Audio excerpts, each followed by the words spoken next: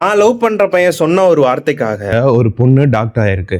அந்த பையன் தான் தன்னோட வாழ்க்கைன்னு நினைச்சுக்கிட்டு இருக்கும்போது, அந்த பொண்ணுக்கு நடக்கவே கூடாத ஒரு விஷயம் நடந்திருக்கு.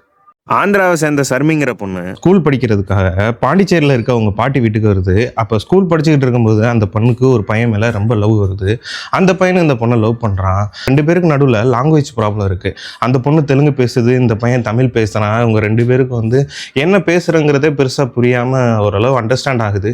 இருந்தாலும் அவங்க 2 பேருக்கு நடுவில் லவ்ங்கிற ஒன்று இருக்கனால அவங்க 2 பேரும் ரொம்ப சந்தோஷமாக ஹாப்பியாக பழகிட்டு இருக்காங்க. ஸ்கூல் டேஸ் முடியுது. காலேஜ் அந்த பொண்ணு ஆந்திராவில் படிக்க போகிற மாதிரி இருக்க நேரத்தில் அந்த பொண்ணு என்ன பிளான் பண்ணுதுன்னா, நம்ம காலேஜ் ஆந்திராவுக்கு போயிட்டோம்னா நம்ம இவனை பார்க்க முடியாதுன்னு சொல்லிட்டு அவங்க வீட்டில் நான் பாண்டிச்சேரியிலே காலேஜ் படிக்கிறேன்னு சொல்லிட்டு காலேஜ் படிக்கிறதுக்காக பாண்டிச்சேரிக்கு வருது. அப்போ அந்த பையன் ரொம்ப சந்தோஷமாகறான். நமக்காகவே ஆந்திரா போன பொண்ணு மறுபடியும் காலேஜ் படிக்கிறதுக்கு பாண்டிச்சேரியே வந்துருச்சுன்னு ரொம்ப சந்தோஷமாகி மறுபடியும் லவ் பண்ண ஆரம்பிக்கிறாங்க.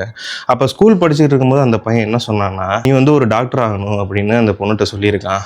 அந்த பையன் சொன்ன வார்த்தைக்காகவே சர்மி நீட் எக்ஸாம் எழுதி கவர்மெண்ட் மெடிக்கல் காலேஜில் படிக்குது. அதுக்கப்புறம் சர்மி லவ் பண்ணுற விஷயத்த அவங்க அப்பாட்ட சொல்லலான்னு சொல்லி போய் சொல்லும்போது அவங்க அப்பா என்ன சொல்லியிருக்காருன்னா, நம்ம கேஸ்ட் பையனை தான் நீ லவ் பண்ணணும், அதுவும் ரொம்ப மிடில் கிளாஸ் பையனை நீ லவ் பண்ணிட்டு இருக்க, நமக்கு ஈக்குவலான பையனை லவ் பண்ணணும் உங்க அப்பா ரொம்ப ஸ்ட்ரிக்டாக சொல்லியிருக்காரு.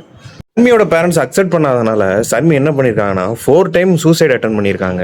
இதெல்லாம் பார்த்த பேரண்ட்ஸ் என்ன பண்ணுறாங்கன்னா, நம்ம பொண்ணு இந்த அளவுக்கு ஒருத்தனை உயிருக்கு உயிராக நேசிக்குது, அதை நம்ம கெடுக்கக்கூடாதுன்னு சொல்லிட்டு அந்த பொண்ணுக்கு ஓகே சொல்கிறாங்க.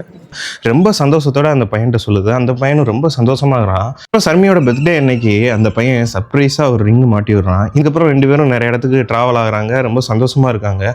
அதுக்கப்புறம் அந்த பையன் நான் வீட்டுக்கு போயிட்டு வரேன்னு சொல்லிட்டு போனவன் ஒரு ஆக்சிடெண்ட்டில் இறந்து போயிடறான்.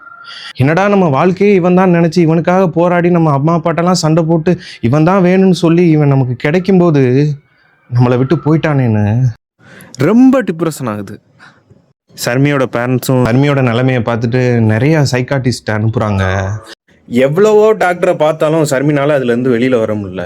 ஒரு ஸ்டேஜில் சர்மியை ரியலைஸ் ஆகுறாங்க, இவனுக்காக நம்ம வாழணும் அப்படின்னு ரியலைஸ் ஆகி வாழ ஆரம்பிக்கிறாங்க.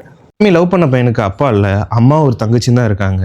அப்போ சர்மி என்ன நினைக்கிறாங்கன்னா, இதுக்கப்புறம் அந்த ஃபேமிலியை நம்ம தான் பார்த்துக்கணும்னு சொல்லிட்டு அந்த ஃபேமிலிக்கு ஃபினான்ஷியலாக என்னென்ன தேவையோ அந்த பொண்ணோட ஸ்கூல் ஃபீஸில் இருந்து அந்த ஃபேமிலிக்கு தேவையான எல்லா நீடையுமே இப்போ வர சர்மி தான் பார்த்துக்கிட்டு இருக்காங்க. கடைசியாக சர்மி என்கிட்ட என்ன சொன்னாங்கன்னா, அவன் தான் என் கூட இல்லை, அவனோட நான் இருந்த நினைவுகள் எப்போதுமே என்னை விட்டு போகாதுன்னு ரொம்ப எமோஷ்னலாக என்கிட்ட சொன்னாங்க.